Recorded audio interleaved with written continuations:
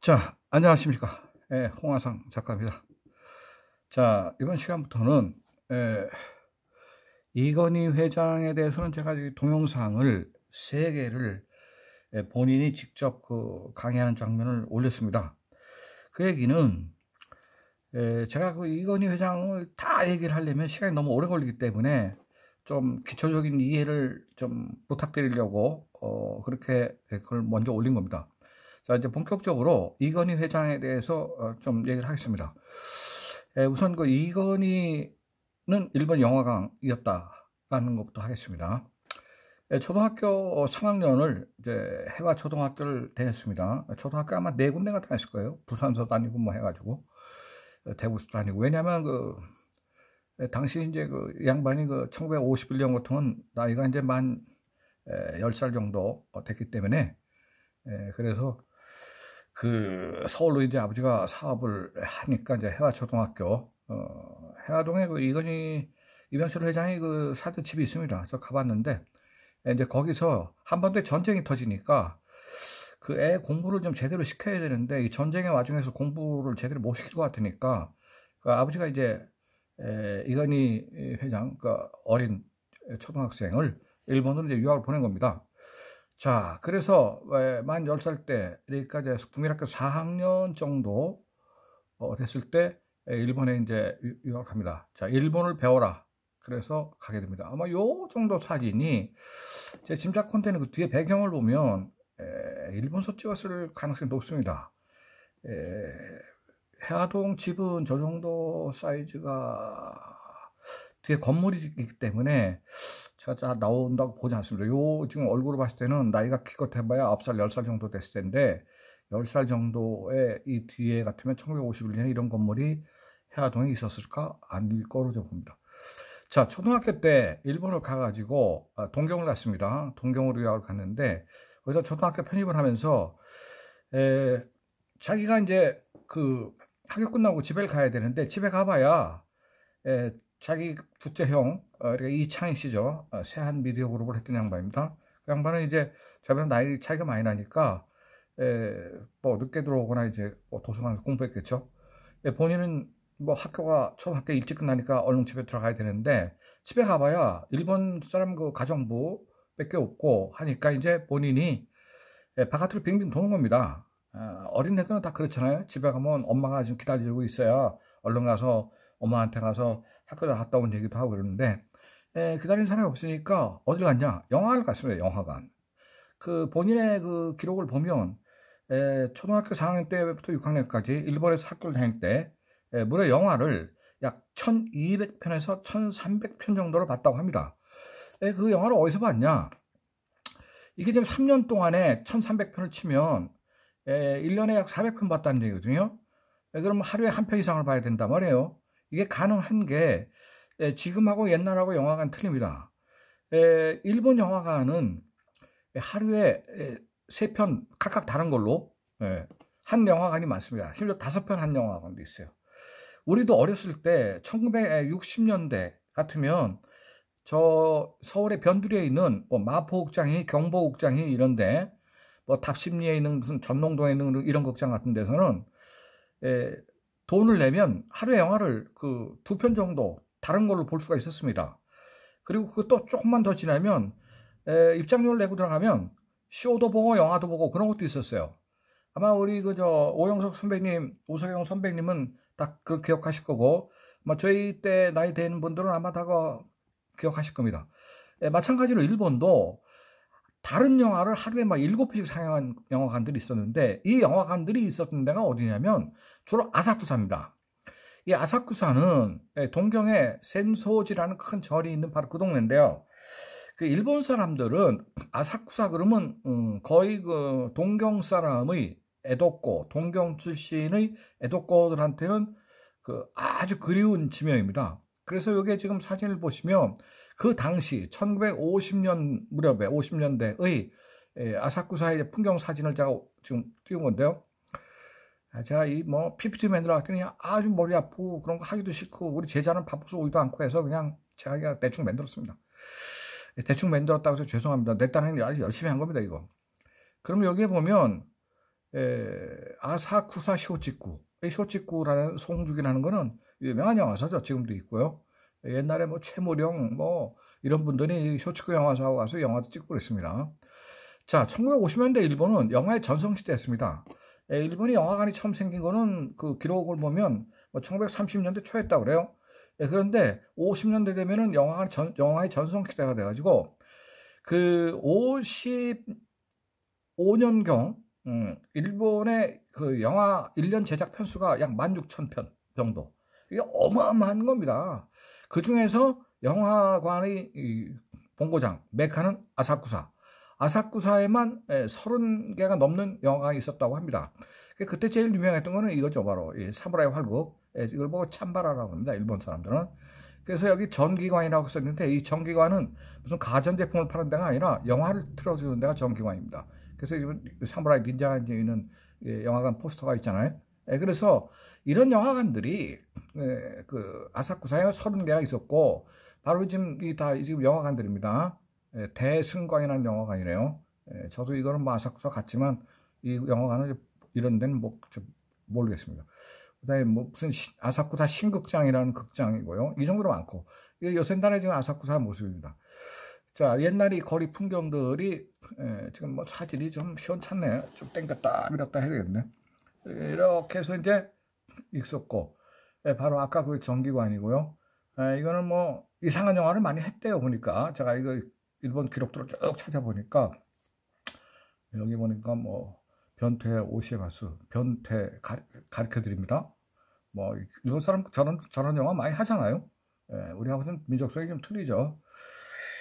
그럼 뭐 일본이 그럴 수밖에 없는 전쟁을 많이 하기 때문에 이 전쟁터에 여자를 데리고 나갈 수가 없으니까 그 장수들이 꽃미남들을 데리고 많이 나갔습니다. 그런 게 일본이 그런 문란한 게 있습니다. 그래서 자, 당시 이제 아사쿠사의 거리의 풍경이 되겠습니다. 다 50년대의 바로 이건희 회장이 갔을 때의 아사쿠사 거리의 풍경입니다. 자, 이 50년대에 날린 감독을 뭐 대표적인 세 사람을 들으려면 지금 바로 이 사람 구로자와 아키라입니다. 뭐 대단한 감독이죠. 이 사람 아마 베니스 영화제 가서 상 뭐 한두 개 탄 게 아닙니다. 이미 이 사람은 1952년 3년에 베니스 영화제 막 그랑프리 하고 그랬죠. 무려 86세까지 현역 감독으로 하다가 이제 돌아가셨는데 키가 186cm 아주 거한이었습니다. 그리고 나이도 또 86세까지 현역으로 메가폰을 잡았지만 구로자 아키라의 그 전기를 읽어보면 자기가 86세의 마지막 영화를 만들었는데 그때까지 고민은 뭐였냐면 어디서 또 자금을 만들 것인가. 이거 갖고 평생을 쌓았다 그래요. 저렇게 유명한 감독도. 그래서 그 구로자 아키라 감독이 만든 꿈이라는 영화, 그러니까 유메라는 영화를 할 때 아마 미국하고 합작을 한 모양인데 그 영화를 보고 미국의 스티븐 스필버그, 조지 루카스 같은 대영화 감독들이 구로자 감독님은 우리의 영화의 스승이다 이런 말을 하거든요. 그래서 뭐 8월의 광시곡이나 난 뭐 이런 영화를 하잖아요. 자, 이 8월의 광시곡은 좀 궁극주의 색채가 좀 동호해서 별로 좋아하지 않는 영화인데 난 같은 거는 참 상상력이 정말 기발하다라고 저는 느낀 영화였습니다. 나생문으로 그때 1953년 베니스 영화제 그랑프리를 했다고 그래요. 나생문은 세 명의 도둑 얘기를 각각 다른 시각에서 본 그런 거라는데 굉장히 좀 철학적이죠. 내용이 좀 굉장히 좀 생각해야 될 대목이고요. 구로자 감독이 구로자인데 꿈 유명한 영화입니다. 저는 이 영화에서 이 장면이 제일 기억이 납니다. 전쟁터에 나간 그 장교가 패전해가지고 고향으로 가기 위해서 이제 보따리를 내려놨는데 등에다 이제 보따리를 들고 고향집을 가기 위해서 터널 앞에 딱 서서 이제 걸어가는데 터널 속에서 저벅저벅 소리가 나는 겁니다. 그러면서 병사들이 나오는데 지금 얼굴이 좀 하얗잖아요. 해골입니다. 죽었다는 얘기죠. 자기 부하들이 다 죽은 겁니다. 애들은. 그래서 전쟁터에 나가서 죽었는데 이 사람이 고향집을 가기 위해서 터널 향해서 걸어가니까 이 병사들이 쭉 걸어 나옵니다. 그러면서 말은 한마디도 않고 자기 그 장교 지휘관한테 격려를 하죠. 격려를 하면서 말은 한마디도 없습니다. 여기 보면. 그리고 이 중에 한 병사가 나와가지고 아무 말 없이 이 터널 바깥에서 서서 손가락으로 가리킵니다. 가리키니까 이 장교가 왜 저걸 터널 바깥에 나와가지고 저 산이 무성한 산촌 쪽을 가리키나 봤더니 그 중에 불이 하나 들어와 있는 조그만 산골에 오두막집이 하나 있었는데 그걸 손가락으로 가리킵니다. 그러면서 저게 내 집이라고, 어머니가 기다리고 있다는 거, 그런 식으로 표정을 짓습니다. 뭐 상당히 감동적인 장면이긴 한데 그래서 그 장면이 아주 인상적이었던 그 영화였습니다. 그러나 뭐 그다음에 이제 미조구치 겐지 감독이 또 아주 날렸던 감독이죠. 이 사람 상당히 좀 냉철한 이성적인 감독이었다고 합니다. 미조구치 감독 책도 영화도 좀 봤는데, 그다음에 제가 이제 말씀드리고 싶은 건 이제 오주 야스시로 감독의 그 다다미 샷이라는 건데요. 이분의 영화는 제가 많이 보지는 못했어요. 근데 이제 동경무로 동경 이야기라는 뜻이죠. 동경무로 가다리는 제가 이건 뭐 한 몇 번 봤습니다. 이 사람이 이제 오지 야스시로 감독인데, 자, 이 사람이 만든 그 동경 이야기라는 그 영화의 한 장면입니다. 지금 여기 이제 모기 향이 하나 피어져 있고, 지금 이분하고 이 양반하고 이 두 분이 부부인데, 시골에 살다가 이제 어느 날 자기 그 아들, 딸들이 이제 동경에 사니까 아들, 딸을 보기 위해서 아들이 셋이었는데 동경을 갑니다. 가가지고 이 큰아들이 이제 소아과 의사예요. 그러니까 이제 아이가 편지를 했겠죠. 그 당시에는 뭐 일본도 전화가 별로 시원찮을 때니까. 그랬더니 이제 큰아들이 동경에 오시기만 하면 제가 잘 모실 테니까 오십시오. 그리고 둘째 아들도 그러고, 셋째 아들은 이제 이미 죽어서 며느리밖에 없었는데, 그래서 올라갔더니 큰아들 집을 갔더니 큰아들이 오늘 환자가 와갖고 안 된다고, 그냥 좀 둘째 집에 가서 그냥 어떻게 해보시라고. 그래서 이 부부가 둘째 집을 갔더니 둘째는 또 바빠가지고 또 자기도 안 된다고. 그래서 이제 그 셋째 며느리인데, 셋째 아들은 죽어버렸고 며느리가 이제 대신 이제 이 노부부 그 시아버지 시어머니를 동경에 관광을 이제 조금 시켜주는 겁니다. 그러고 나서 쉽게 얘기하면 믿었던 큰아들, 그래서 대개 부모들은 큰아들을 믿잖아요. 믿었던 큰아들은 바쁘다고 콧배기도 안 보이고, 가까운 이제 저녁밥이나 한번 같이 먹고 헤어지는 거고, 둘째 아들도 마찬가지고, 셋째 며느리만 그래도 기특하게 남편까지 다 죽었는데, 아들도 죽었는데, 부모를 좀 나름대로 이제 효도를 한 거죠. 자, 이 장면을 보면요, 이 지금 카메라의 위치가 땅바닥에 있습니다. 지금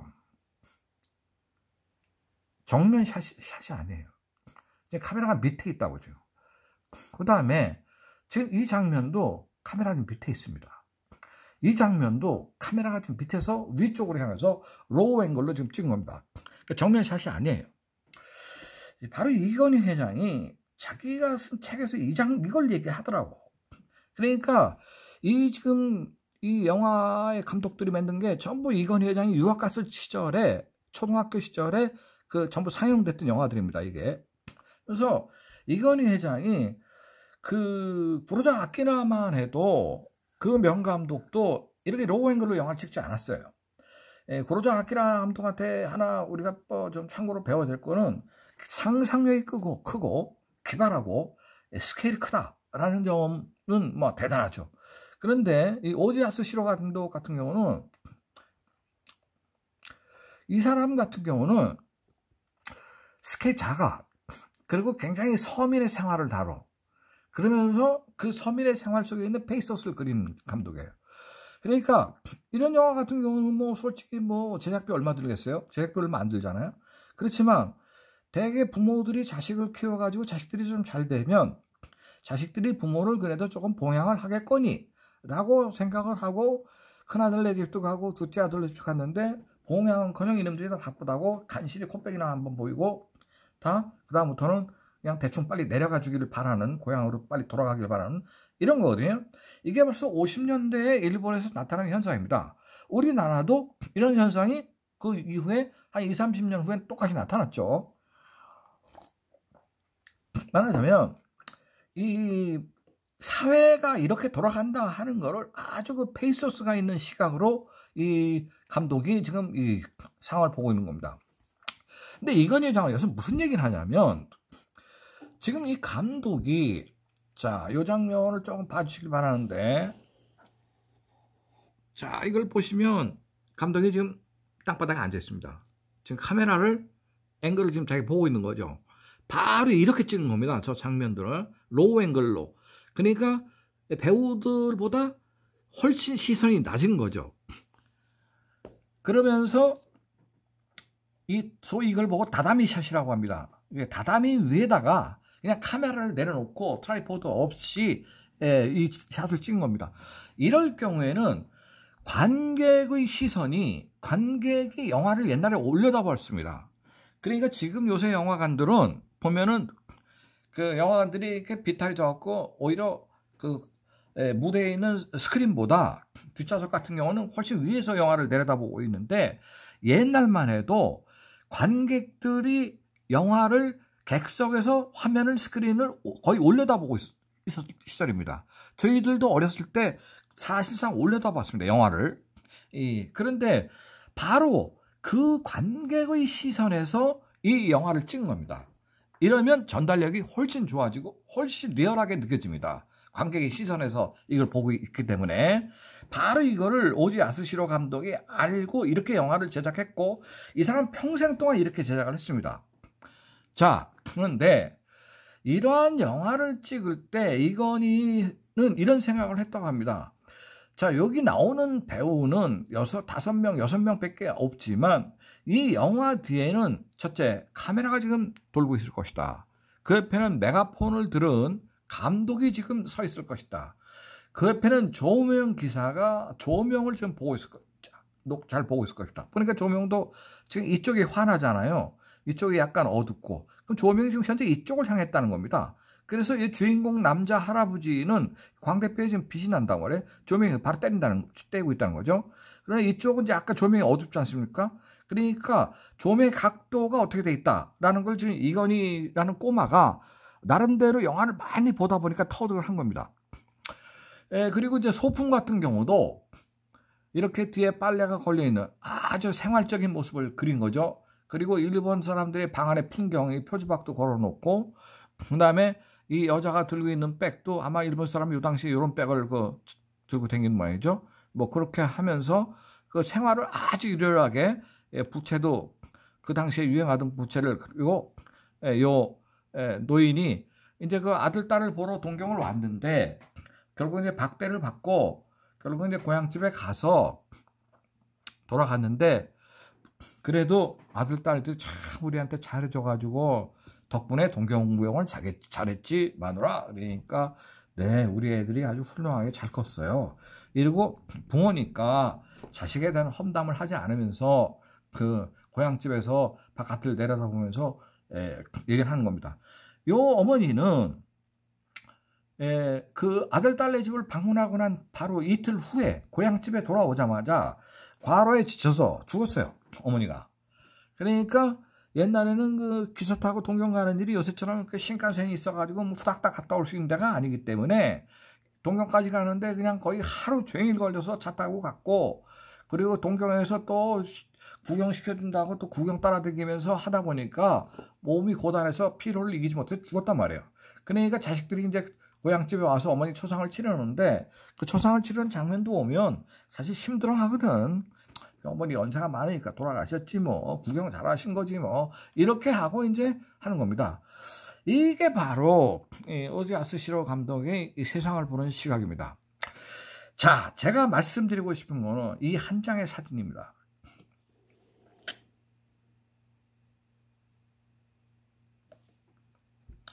자, 이건희 회장은 이건희 여기 서 있습니다. 영화를 1300편을 보면서 그 영화 한 편을 만들기 위해서 뒤에서 움직이는 스태프와 조명의 방향과 카메라의 앵글과 거기에 전력차, 발전차가 또 돌아가야 되거나 아니면 거기서 전선을 연결하는 전선, 그 다음에 소품을 담당하는 소품, 그 다음에 의상 담당자들이 그 의상이 제대로 지금 잘 맞춰져 있는가, 소품이 제대로 지금 자기 나름대로 연기를 하고 있는가, 이런 거를 수십 명이 지켜보고 있는 가운데서 바로 이런 장면을 지금 만들어내는 겁니다. 그러니까 하나의 상품입니다. 이건 상품.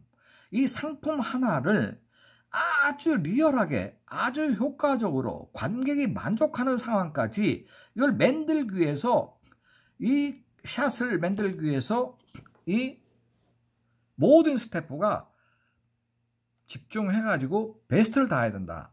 다 했다라는 거죠. 말하자면 상품을 통한 고객 만족을 위해서 전 스태프가 일사불란하게 움직여가지고 이러한 한 편의 명작, 동경 이야기라는 명작을 만들어놨다는 거죠. 지금도 아직 명작으로 치고 있는 영화니까요. 이거는 오즈 야스시로 감독뿐만 아니라 고로자 아키라의 꿈이나 8월의 광시곡이나 이런 영화들 뭐처럼 명작들을 갖다 하나 만들면, 명품을 하나 만들기 위해서는 많은 엄청난 직원들의 노력이 있어야 된다라는 거를 자기가 영화를 통해서 배웠다는 겁니다. 자, 이 장면에서 다시 말씀드리겠습니다. 지금 여기 이분이 홍진기 중앙일보 회장입니다. 사돈지간이죠. 이병철 회장하고는. 여기 이건희 회장이 지금 뒤에 서 있어요. 지금 기술자가 지금 뭔가 반도체 문제에 관해서 좀 설명을 하고 있는 것 같습니다. 뭔가 기술에 대해서. 여기 지금 아기가 서 있는데 바로 이재용입니다. 자, 이재용은 요 왼편 쪽으로는 외할아버지인 홍진기 회장, 오른편 쪽으로는 친할아버지인 이병철 회장, 뒤에는 아버지인 이건희 회장이 지금 있는 겁니다. 지금 이병철 회장이 기술자의 설명을 들으면서 이걸 지금 상황을 꼼꼼하게 체크를 하고 있는 겁니다. 저는 그 이병철 회장의 여러 사진을 쭉 보면서 어떠한 문제를 얘기할 때 업수위, 그러니까 힘들어하게 듣는 사진을 한 장도 보지 못했습니다.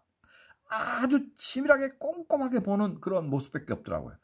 물론 그게 연출된, 의도된, 혹은 그렇게 유포된 사진일 가능성도 없는 건 알겠지만, 아마 그런 식으로 아랫사람들한테 얼렁뚱땅 그 설명을 들으면 아랫사람들도 재미없을 거고, 아랫사람들도 별로 의욕이 나지 않았을 겁니다. 본인이 잘 물어보고 깊이 있게 듣고 깊이 있게 물어보기 때문에 아마 이런 표정이 나오지 않았을까 생각합니다. 자, 문제는 요 꼬마입니다. 요 꼬마 바로 이재용이죠. 그러면 요 애기의 좀 표정이나 나이를 키를 보면 제가 봤을 때 한 7살 정도밖에 안 먹은 걸로 보입니다. 그러면 유치원을 댕기든지 아니면 초등학교 1학년 정도 댕기겠죠. 요 애기가 시선이 지금 할아버지의 지금 그 기계를 만지는 손 쪽으로 가 있습니다. 자, 사실은 이 자리에 이건희 회장이 들어와서 봐야 되는데 자기 애기한테, 아들한테 이걸 보게 하는 겁니다. 이 애기가 이 기술자가 설명하는 말을 알아듣겠습니까? 못 알아듣죠. 이 기술에 대한 얘기인데 이걸 어떻게 알아듣겠습니까? 아마 어른인 제가 가도 못 알아듣을 겁니다. 문과 출신들은. 그러면 이 애기들은 못 알아듣을 거예요. 이 애기도. 그러나 이 애기는 그때 나눴던 대화를 기억하고 있을 겁니다. 다른 기억을 못해도 그때 이상한 단어들이 왔다 갔다, 그 중에 무슨 단어를 기억하고 있죠. 또 하나는 이 장면을 이해는 못했지만 사진으로 찍어갖고 뇌에 저장을 하고 있었을 겁니다. JPG로 저장을 했다는 거죠. 그래서 이 아기가 크면서 초등학교 6학년이 되고 중학교 3학년이 되고 점점 자라나면서 자기가 그때 찍었던 JPG의 그림과 그때 이 사람이 설명했던 이상한 단어들에 대해서 끊임없이 생각을 했을 겁니다. 그리고 그걸 알려고 노력을 했을 거고 시도 때도 없이 자기 아빠한테 물어봤을 거예요. 실제로 저도 애들을 키워보면 우리 애들도 어렸을 때 6살, 7살 때 봤던 장면을 저한테 느닷없이 난데없이 국민학교 한 4, 5년 돼갖고 4, 5학년 돼갖고 한 5, 6년 지났을 때 막 물어보고 그러거든요. 그럼 그때 설명을 해주면 그게 그런 거였냐고 그때서 이해를 한단 말이에요. 그 JPG에 대한 그림을 끝까지 갖고 있는 겁니다. 그렇게 해서 이 아기가 중2 정도, 중3 정도 되면 그때 배웠던 내용이 이거였구나 라고 확실히 알게 되고 그 지식들이 계속 지식이 확장을 합니다. 확장을 해서 그 기계에 대한 이해가 깊어지는 겁니다. 제가 그 가휘장에 가서 우리나라는 지금 해야 될 일 중에 하나가 모든 기업들이 천재 양성반을 만들어야 된다고 말씀을 합니다. 그래서 자기 회사의 직원 중에 7살짜리부터 12살짜리까지 더 어려도 좋은데 그 애기들을 1년에 2주 정도는 여름방학, 겨울방학 동안에 아무 하는 일 없이 자기 회사의 공장에서 안전만 보장이 된다면 공장에서 와서 뛰놀게 하라. 그게 제철이든 조선이든 반도체든 은행이든 뭐 갈 거 없이 밀링머신을 하는 데는 애기들을 자기 공장 직원들 중에서 한 20명, 30명을 선발해가지고 매년 여름방학, 겨울방학 동안에 뛰어놀게 해야 된다.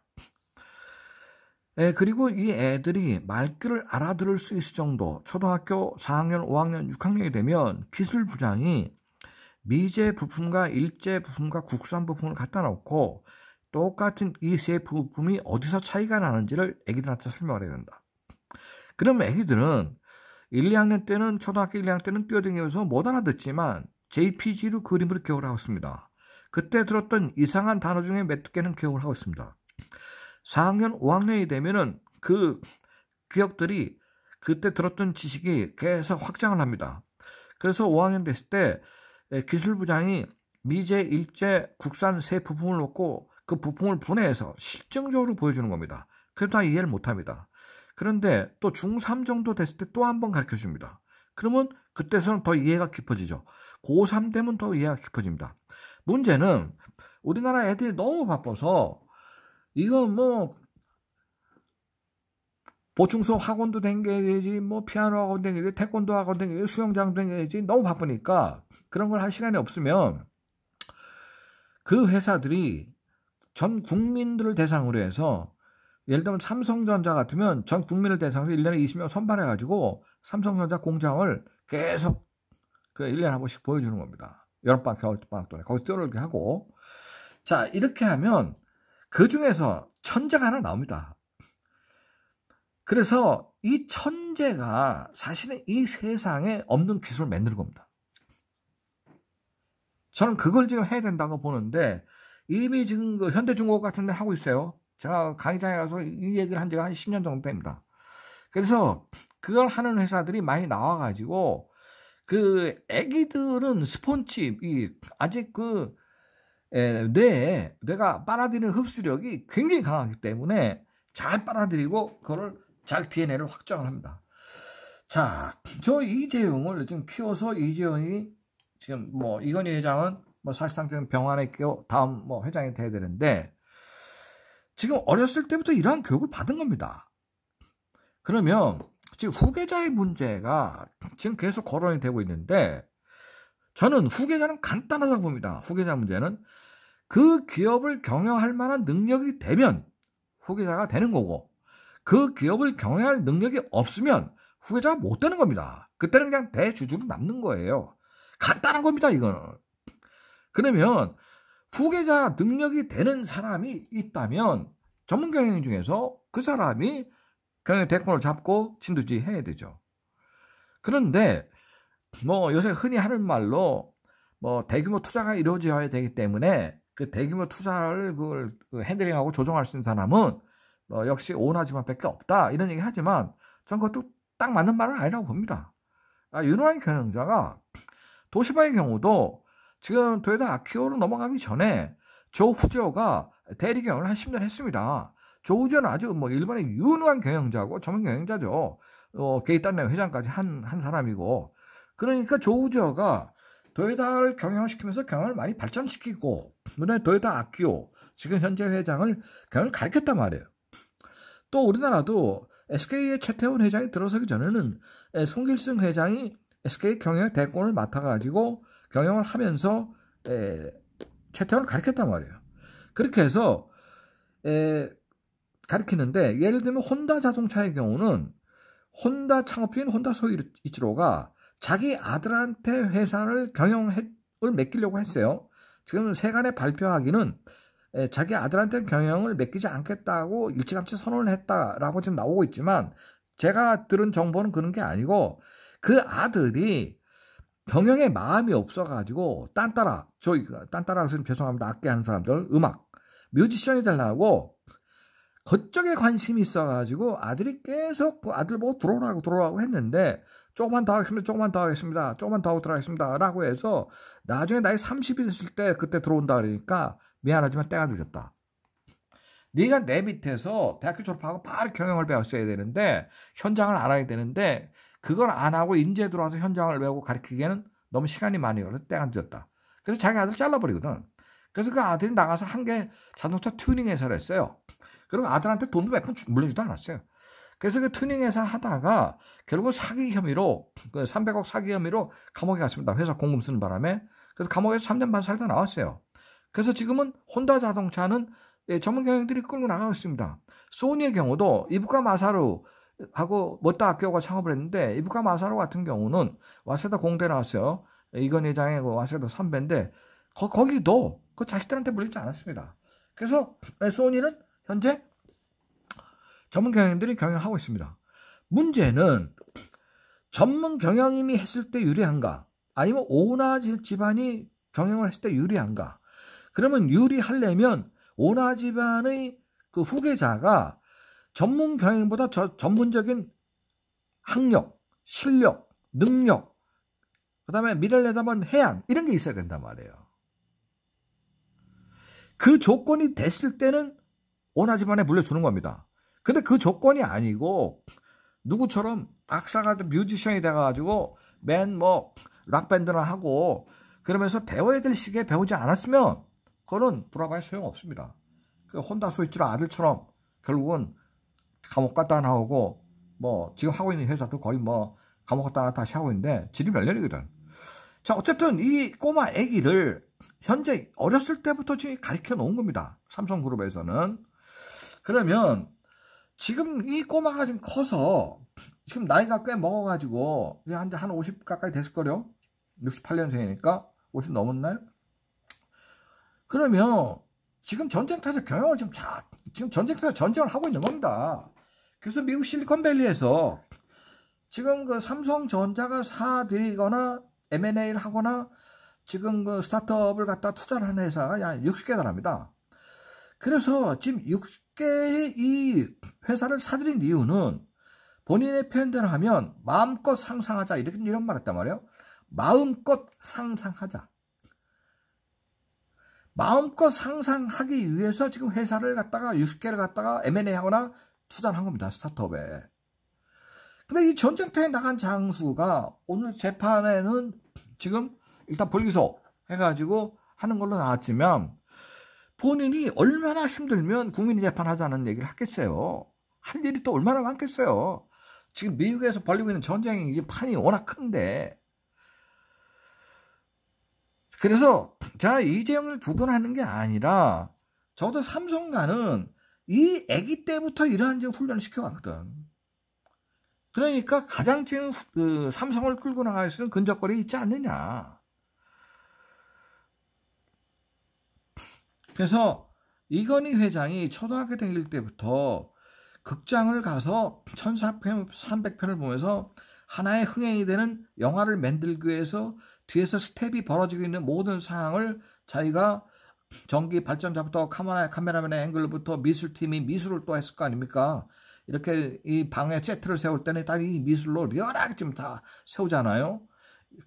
아주 그 일본의 그 가정집처럼 똑같이 지금 서민 가정집처럼 만들라고 이런 거를 적어도 영화 스태프의 수백 명이 노력을 해서 하나의 상품, 제품을 만드는 것처럼 이 가전제품을 만들기 위해서 수백 명이 노력하듯이 기업도 하나의 제품을 만들기 위해서 수만 명이 삼성 같으면 지금 뭐 17만 명 이상, 막 24만 명이 지금 노력하고 협력업체까지 100만 명이 노력하고 있는 거 아닙니까? 따라서 이건희라는 사람이 일본에 가서 1300편의 영화를 봤고 그 영화를 그냥 보고 즐기는데 그친 게 아니라 그 영화 이면의 세계를 통해서 하나의 제품을 만드는 그런 무수한 어떤 그 디테일한 요소들을 생각했다라는 거를 썼습니다. 자, 이러한 기업인이 한 사람이 탄생하려면 이러한 무수한 노력이 있어야 됩니다. 예, 나중에 이제 이건희가 왜 이건희는 개를 기르고 왜 이건희는 비단 잉어를 기르고 이제 제2편, 3편을 제가 먼저 본격적으로 이건희 편으로 넘어가면서 말씀드릴 텐데, 자, 지금 이건희 편을 제가 한 몇 편을 할 겁니다. 핵심은 역시 지행 33호일 겁니다. 그리고 이제 이건희 편이 끝나면 지금 이재용이가 벌이고 있는 전쟁, 즉 결국은 스마트 띵스, 인터넷 오브 띵스죠. 사물 인터넷으로 지금 갈 거고, 이어서 스마트 시티를 갈 겁니다. 그 다음에 스마트 국가를 갈 거죠. 지금 이건희 시대에 벌이고 있는 전쟁과 이재용의 시대에 벌이고 있는 전쟁은 전혀 다른 전쟁입니다. 이건 지금까지 우리가 경험해보지 못한 전쟁이에요. 당장 스마트 시티부터 인터넷 오브 띵스가 지금 이게 빨리 돼야 되는데, 지금 우리나라는 지금 세종시하고 송도는 좀 하고 있어요. 인터넷 오브 띵스 스마트 시티까지 하고 있습니다. 스마트 시티는 전 세계 17개국이 이미 거의 다 끝났어요. 미국 뉴욕, 싱가포르, 그다음에 네덜란드 암스테르담, 그다음에 두바이, 그다음에 인도의 아마 벵가루로 해가지고 지금 전 세계 도시들이 그 스마트 시티 쪽으로 지금 엄청나 지금 빠른 속도로 가고 있습니다. 지금 한국도 물론 두 개 국가 도시를 하고 있지만은 이 다음에 오는 게 스마트 국가거든요. 이 시장을 선점하지 않으면, 이 시장을 선점해야 됩니다, 한국이. 그래야 지금까지 노력한 보람이 있는 겁니다.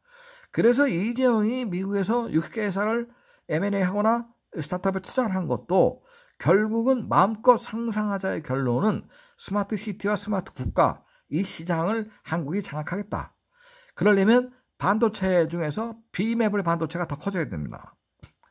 그 다음에 메모리는 물론 알아서 따라갈 거고요. 그게 이제 이재용의 최종 목표가 될 겁니다. 자, 이런 관점에서 제가 이건희 편을 조금 더 얘기를 하는데, 사실은 이재용의 전쟁은 지금 어떤 면에서는 대한민국이 세계 3위의 국가로 도약하느냐 마느냐라는 지금 전쟁에 지금 들어와 있습니다. 따라서 지금 우리 국민들도 좀 관심을 가지고, 다 관심 갖고 계시지만은 조금 더 저는 삼성에 힘을 실어줘야 된다고 봅니다. 어쨌든 지금 전 세계, 지금 한국이 삼성전자 같은 회사를 하나 만들기 위해서 69년에 삼성전자가 생겨가지고 지금까지 한 50년 이상 달려온 겁니다. 그래서 얘네들이 지금 잘하고, 삼성전자 잘하고, 이어서 좀 LG도 좀 잘하고 해야 된다고 봅니다. 그래서 이런 면에서 오늘은 이건희의 그 영어강 얘기를 제가 말씀드린 겁니다. 좀 짧게 하려고 했는데 그래도 시간이 많이 걸리네요. 자, 들어주셔서 대단히 감사합니다.